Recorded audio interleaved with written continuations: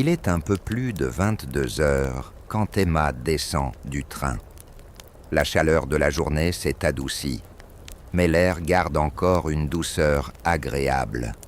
Elle serre contre elle son sac à dos et avance vers la petite salle d'attente de cette gare de province. Son train n'a eu du retard et la correspondance qu'elle devait prendre n'arrivera qu'après minuit. Elle soupire doucement, un peu fatiguée, mais se dit que ce n'est pas si grave. Après tout, ce n'est qu'une question d'heures. La gare est presque vide. Les lumières jaunes projettent une atmosphère calme, comme suspendue. Dans un coin de la salle, un homme âgé est assis, une petite valise rigide à ses pieds. Il lit lentement un journal. Un peu plus loin, une femme d'une trentaine d'années, encore en tenue d'infirmière, sirote un gobelet en carton. Emma choisit une place pas trop loin, sort un livre, mais son esprit vagabonde. Les minutes s'étirent. Elle lève parfois les yeux et finit par croiser le regard de l'homme au journal. Il lui sourit poliment. Elle répond par un signe de tête. Quelques instants plus tard, la femme en blouse se lève pour jeter son gobelet. En passant près d'Emma, elle s'arrête et demande d'une voix douce « Vous aussi, vous attendez la correspondance pour Paris ?» Emma referme son livre et acquiesce. « Oui, mon train avait 20 minutes de retard. Du coup, je dois patienter. » La femme esquisse un léger sourire. « Moi, c'est Nora. J'ai fini mon service à l'hôpital. Je rentre chez moi. » Emma répond avec un sourire timide. « Je m'appelle Emma. » L'homme au journal relève alors la tête et replie ses lunettes pliantes. « Et moi, je suis Paul. Je vais voir mon petit-fils demain matin. C'est un long voyage pour un court moment, mais ça en vaut la peine. » Ils échangent quelques banalités sur les trains, les retards, la fatigue de la journée. La gêne des premiers instants s'efface peu à peu. Un grésillement sort des haut-parleurs, suivi d'une annonce. Le train de correspondance à destination de Paris est retardé. L'horaire de départ sera communiqué ultérieurement. Emma pousse un petit soupir. Encore du retard. Nora hausse les épaules, résignée. On s'y attendait un peu. Paul se met à rire doucement et replie son journal. « Ah, les trains et leurs caprices. Cela me rappelle mes jeunes années. On attendait parfois des heures sur les quais, mais on finissait toujours par arriver. » Nora se tourne vers eux avec un petit sourire. « Bon, si on doit patienter, autant discuter un peu. Ça passera plus vite. » Les deux autres acquiescent. L'atmosphère de la salle d'attente change. Ce n'est plus 3 voyageurs isolés, mais un petit groupe improvisé. Emma prend la parole la première. Elle fixe ses mains et avoue d'une voix hésitante. « Je suis étudiante en lettres modernes, mais en ce moment je doute. J'ai l'impression de faire ça par habitude, sans vraiment savoir si c'est ce que je veux. Parfois, je me demande si je ne devrais pas tout arrêter. » Paul incline légèrement la tête et répond avec douceur. « Vous savez, moi je n'ai pas étudié longtemps.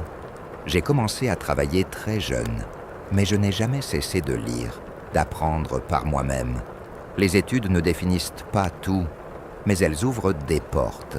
Alors ne soyez pas trop dur avec vous-même. » Emma relève les yeux, émue. « Merci, ça me rassure d'entendre ça. » Nora reprend la conversation en jouant distraitement avec son badge d'infirmière. « Moi, je travaille aux urgences. Et parfois, je me dis que je ne tiendrai pas longtemps avec ce rythme. Mais quand un patient me remercie, juste pour un sourire ou une parole, je me rappelle pourquoi je fais ce métier. » Paul esquisse un sourire empreint de tendresse. « Ma femme était infirmière aussi. Je sais combien c'est dur, mais combien c'est précieux. Vous avez toute mon admiration. » Un silence doux s'installe. Ils se comprennent, sans avoir besoin d'ajouter davantage. Après un moment, Nora jette un coup d'œil à sa montre. « Il reste encore du temps. Et si on allait marcher un peu sur le quai? Il fait bon dehors. Les deux autres acceptent volontiers. Dehors, la nuit est paisible. Le ciel, d'un noir profond, est parsemé d'étoiles. La gare est déserte, hormis un train de marchandises qui passe au loin, dans un grondement sourd. Ils marchent lentement, côte à côte. Emma lève la tête et s'exclame avec émerveillement. On n'a pas souvent l'occasion de voir autant d'étoiles en ville. Paul sourit, le regard tourné vers le ciel. Avec ma femme, on avait l'habitude d'observer les étoiles l'été. On s'allongeait dans le jardin sur une couverture et on restait des heures à chercher les constellations. Elle est partie il y a 3 ans. Depuis, les nuits étoilées me rappellent toujours ces moments. Nora pose une main légère sur son bras. C'est beau de garder ces souvenirs vivants. Emma murmure, presque pour elle-même, « Oui, vraiment beau ». Ils poursuivent leur marche puis s'installent sur un banc du quai. L'air de la nuit les enveloppe. Ils parlent encore de leur vie, de leurs envies, de leurs peurs. 3 inconnus devenus, le temps d'une nuit, presque des amis. Un train traverse la gare sans s'arrêter, laissant derrière lui un souffle d'air frais. Emma ferme les yeux un instant, puis confie doucement. « Vous savez, si mon train n'avait pas eu de retard, je n'aurais jamais eu cette soirée. Finalement, je crois que ça me fait du bien. » Paul esquisse un sourire rassurant. Parfois, ce sont les imprévus qui apportent les plus beaux souvenirs. Nora hoche la tête, pensive. C'est vrai, moi je vais sûrement rentrer épuisé demain matin, mais je penserai à cette soirée comme à une parenthèse inattendue. Soudain, le haut-parleur grésille à nouveau. Le train à destination de Paris entrera en gare dans 10 minutes. Ils se regardent, presque déçus que l'attente touche à sa fin. Le train arrive enfin. Les portes s'ouvrent avec un bruit familier. Emma, Paul et Nora montent ensemble, mais savent qu'ils se sépareront bientôt. Avant de trouver leur place, ils échangent leurs coordonnées. Emma sourit et dit « Je crois que je vais dormir pendant tout le trajet. Mais je voulais vous dire merci. Vous avez transformé une nuit d'attente en quelque chose de précieux. » Paul hoche la tête, visiblement touché. « Et moi, je me sens moins seul ce soir. Merci à vous deux. » Nora, un sourire fatigué aux lèvres, conclut. « Alors, on se reverra peut-être, qui sait. Mais quoi qu'il arrive, je garderai le souvenir de cette rencontre. » Ils se serrent la main, comme des compagnons de route éphémères. Le train démarre doucement, quittant la petite gare.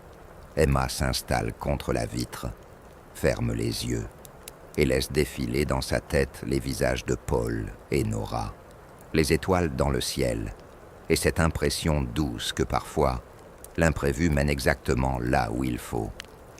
La nuit se poursuit, calme et apaisée, et dans le balancement régulier du train, Emma sombre peu à peu dans le sommeil, comme si cette parenthèse inattendue avait ouvert la porte vers de beaux rêves.